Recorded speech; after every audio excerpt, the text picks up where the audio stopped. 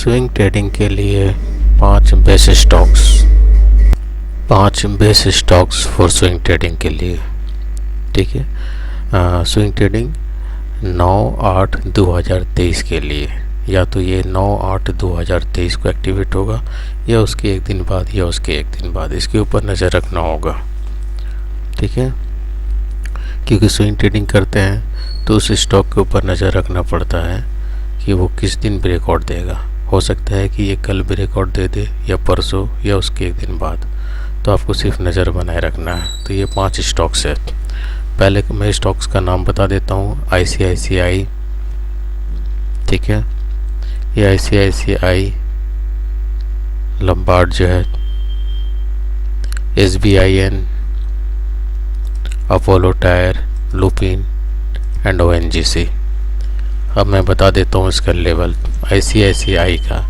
ICICI का जो level है वो एंट्री लेवल होगा 1422 रुपया। अब मैं एंट्री का तरीका बता देता हूँ। जब कल के दिन, याद रखना है, कल के दिन जब 15 मिनट का कैंडल इसको ब्रेकआउट कर देगा और इसके हाई के ऊपर क्लोजिंग दे देगा,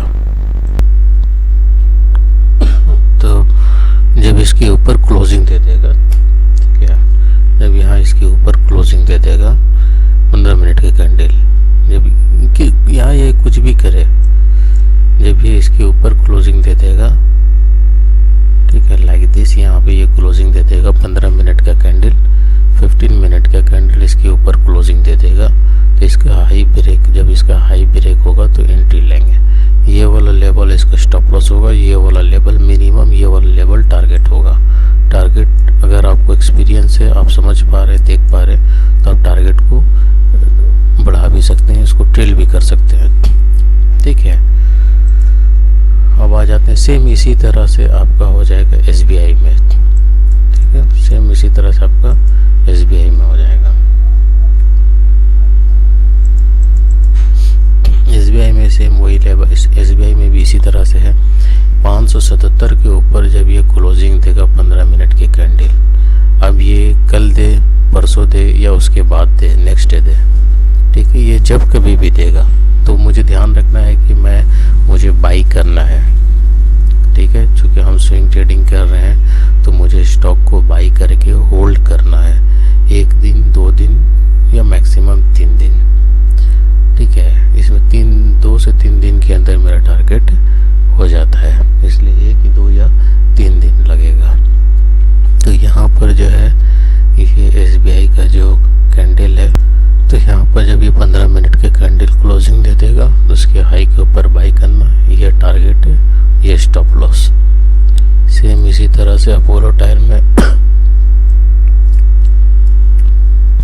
मार्केट कुछ भी करे, मार्केट उससे हमें कोई मतलब नहीं, बस 15 मिनट के कैंडल जब इसके ऊपर क्लोजिंग दे देगा, 15 मिनट का कैंडल जब इसके ऊपर क्लोजिंग दे देगा, लाइक दिस, 15 मिनट का कैंडल जब इसके ऊपर क्लोजिंग दे देगा, ठीक है, इसके ऊपर क्लोजिंग दे देगा, तो मुझे इस कैंडल के हाई के ब्रेक के ऊपर बाई करना है।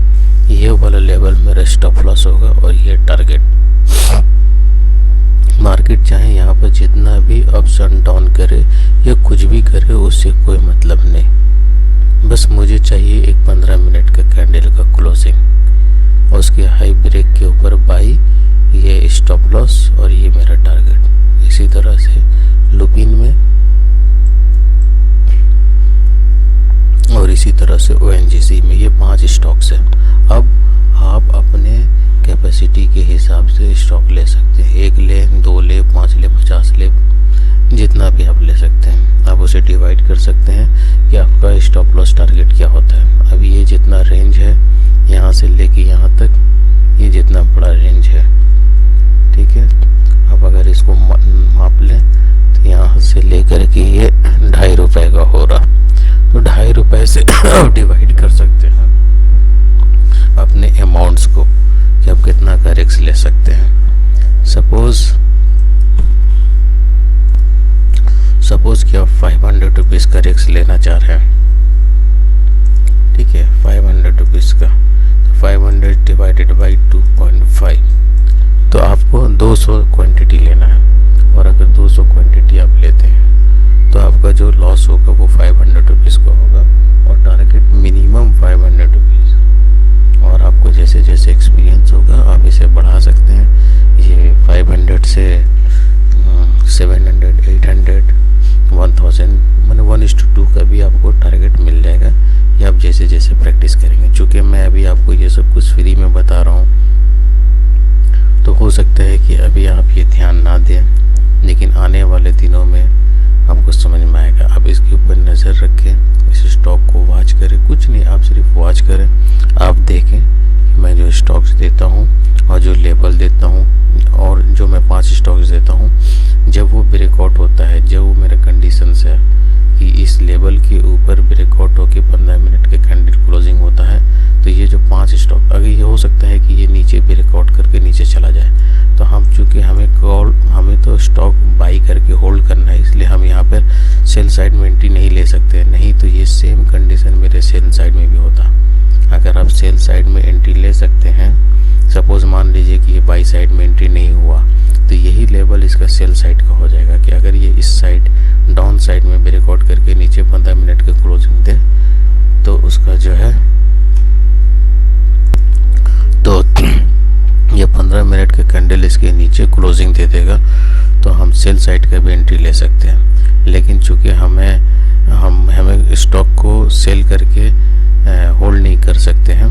अगर ऐसा है कि आप फ्यूचर में एंट्री ले ले या ऑप्शन में एंट्री ले ले, और अगर आपका वो कैपेसिटी है, आप वो समझ सकते हैं, तो आप फ्यूचर या ऑप्शन में भी आपको आप इस पर्टिकुलर स्टॉक का ऑप्शन या फ्यूचर आप बाई करके होल्ड कर सकते हैं। लेकिन मैं उसके बारे में आपको सजेस्ट नहीं करूँगा, क्योंकि वो उसकी क्वांटिटी जो है वो आपके मुताबिक नहीं होगा। वो क्वांटिटी उनका अपना रैंडम क्वांटिटी होता है, मतलब उनका अपना एक फिक्स क्वांटिटी होता है।